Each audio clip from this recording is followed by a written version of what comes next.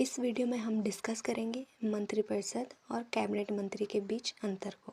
देखिए, मंत्रिपरिषद भारत के जो राष्ट्रपति होते हैं उनकी सलाह और मदद के लिए बनाई गई एक परिषद है। इनमें 3 तरह के मंत्री शामिल होते हैं। पहला, कैबिनेट मंत्री।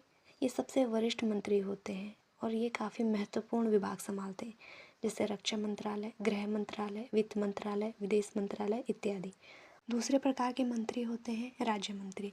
इन्हें कैबिनेट मंत्री की मदद के लिए नियुक्त किया जाता है। कुछ मामलों में इन्हें स्वतंत्र प्रभार दिया जाता है। देखिए, स्वतंत्र प्रभार क्या होता है और राज्य मंत्री क्या होता है, ये दोनों अलग नहीं होते हैं, ये एक ही होता है।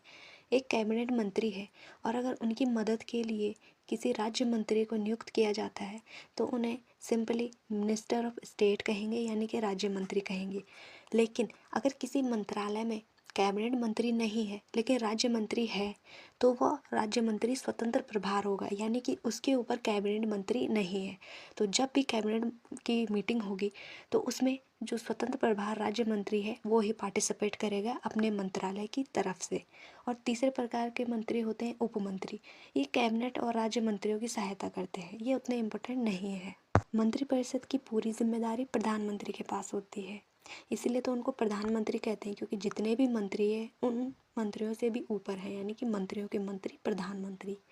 और बात करें कैबिनेट मंत्रालय की या फिर कैबिनेट मंत्रियों की, तो कैबिनेट मंत्री मंत्रिपरिषद का एक अंग है जो कि सबसे महत्वपूर्ण है। तीनों अंगों में सबसे महत्वपूर्ण कैबिनेट मंत्रालय।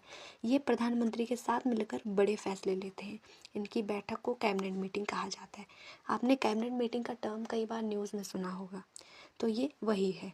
कैबिनेट का मुख्य काम होता है नीतियाँ बनाना, कानून पास कराना, देश की आंतरिक और बाहरी सुरक्षा को सुनिश्चित करना। कैबिनेट में वे मंत्री शामिल होते हैं जो सीधे देश के लिए महत्वपूर्ण फैसले करते हैं, जैसे अमित शाह, डॉक्टर एस जयशंकर, या फिर वित्त मंत्री निर्मला सीतारमण, रक्षा मंत्री राजनाथ सिंह। तो ये महत्वपूर्ण फैसले लेने वाले लोगों को ही कैबिनेट में शामिल किया जाता है। और इनके आकार में भी अंतर होता है। मंत्रिपरिषद में सभी मंत्री आते हैं जबकि कैबिनेट में केवल वरिष्ठ और महत्वपूर्ण मंत्री ही आते हैं। काम में भी अंतर है। मंत्रिपरिषद का काम राष्ट्रपति को सलाह देना है, जबकि कैबिनेट देश के बड़े फैसले लेती है। बैठकों में भी अंतर होता है। कैबिनेट की बैठक नियमित होती है जिसका आह्वान प्रधानमंत्री करते हैं, जबकि मंत्रिपरिषद की बैठक बहुत कम होती है। हालांकि इसको भी प्रधानमंत्री ही बुलाते हैं, लेकिन मंत्रिपरिषद की बैठक बहुत कम देखने को मिलती है। तो ये था कैबिनेट मंत्री और मंत्रिपरिषद का संक्षिप्त विवरण।